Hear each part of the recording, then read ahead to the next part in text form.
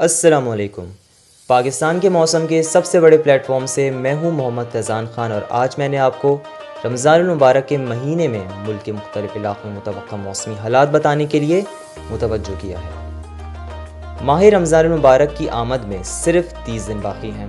انشاءاللہ امید ہے کہ 13 یا 14 اپریل کو رمضان المبارک کا چاند نظر آ جائے گا۔ اللہ پاک ہمیں رمضان المبارک کے روزے رکھنے اور اس بابرکت مہینے کی نعمتیں سمیٹنے کی توفیق عطا فرمائے، آمین۔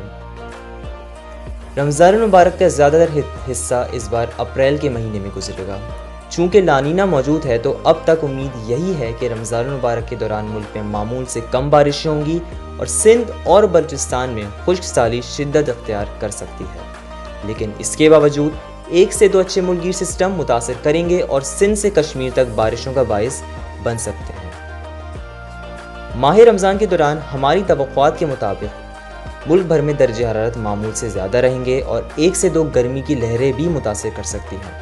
چونکہ رمضان المبارک کے آخری 2 عشرے مئی کے مہینے میں لگیں گے اور مئی کا مہینہ تابر توڑ گرمی کے لیے بھی مشہور ہے، تو اس وجہ سے گرمی کی لہر کے زیادہ تر امکانات رمضان کے آخری 2 عشروں میں ہوں گے۔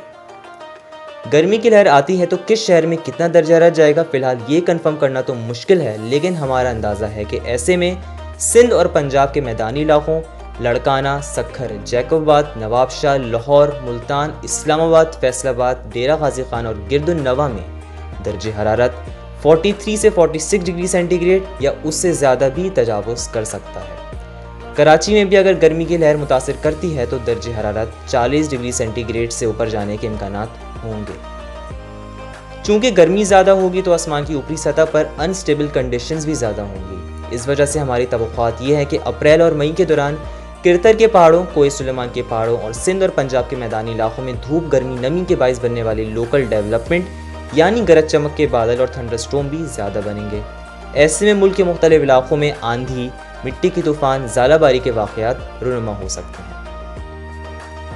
عموماً بحیرہ عرب اور خلیج بنگال میں سمندری طوفان اور ٹراپیکل سرگرمیوں کا سیزن مئی کے مڈ یا آخر سے شروع ہوتا ہے، مگر اس بار امکانات ہے کہ اپریل اور مئی میں بحیرہ عرب اور خلیج بنگال گہری نیند سے جاگیں گے اور ٹراپیکل سرگرمیوں کا باعث بنیں گے۔